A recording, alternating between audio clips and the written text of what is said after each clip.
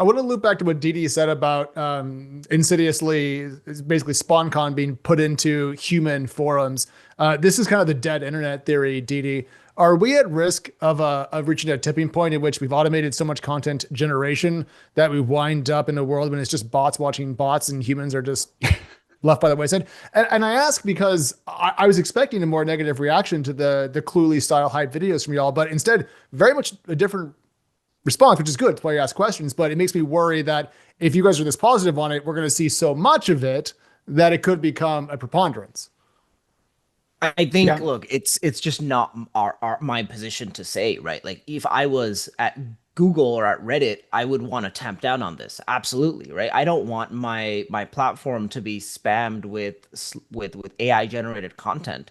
But on the founder side, like, look, if that is an avenue that is generating engagement for you, I can't complain if they want to use that to grow their business.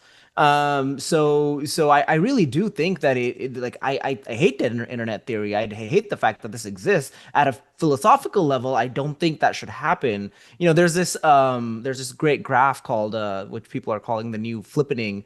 I don't know exactly how they got this data, but it shows how much of the internet's content is human generated versus Yeah. AI generated over time, and what does that mean, like, for the future of how even like these great products like ChatGPT work? Like, it's just going to be a loop of eating its own slop and churning out stuff that is not human generated at all. It means the opportunity for us as humans to, in some way, authenticate that the content we're making is in fact us and not AI. And I think what you're going to see is, like in Star Wars, when they say, hey, we don't want your kind in here on Mos Eisley, and they don't let the droids into the bar. That's happening now. No AI. So people are now putting on their movies or, on their stories, no AI. This includes no AI. There's no AI added to this. So it's going to be kind of like acoustic or organic food. People are going to start labeling things human only or 100% human as a reaction to this. Now, I love the storytelling. Like, so Cluely, I'm not sure if their business will be successful or not. We've had the founder on here. He's super spicy, but they know how to storytell. And storytelling is important because the ability to tell a story is something that Elon does exceptionally well when he runs his companies. Steve Jobs does exceptionally well when he does his stories. Travis and Uber did this exceptionally well. They told the story of why this needs to exist, and to do it in a short form video and make it punchy, because today's tools allow you to do that. If that explains your value proposition to users faster than tooltips in the app or word of mouth, great.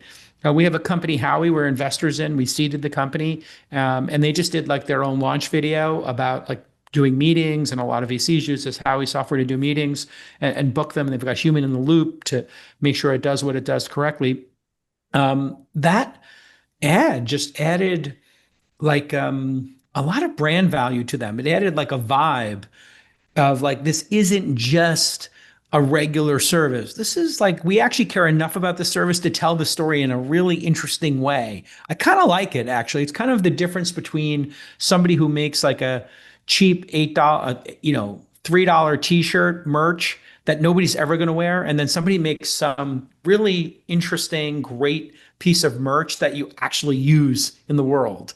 It's kind of like that. But I love some of these launch videos. I could watch them all day if they're done well. Hey, startup founders, are you tired of losing deals to endless procurement cycles and complex contract negotiations? There's a better way to sell your SaaS product. AWS Marketplace isn't just another sales channel. It's your shortcut to enterprise customers. When you list on AWS Marketplace, your software charges appear directly on your customer's existing AWS bill. No separate invoicing, no procurement headaches, no waiting months for approvals. But here's the best part. AWS actually incentivizes buyers to purchase from your listing with credits, helping you land your first 20 customers. And after that, AWS provides you with a budget to fund even more deals. Plus, you get one-click deployment, free trial capabilities, and access to committed spend budgets that enterprises are already planning to use. So stop watching your competitors close deals faster. Join thousands of successful startups already selling on AWS Marketplace. Ready to accelerate your sales cycle? Visit AWS Marketplace today and turn your biggest procurement obstacle into your biggest advantage.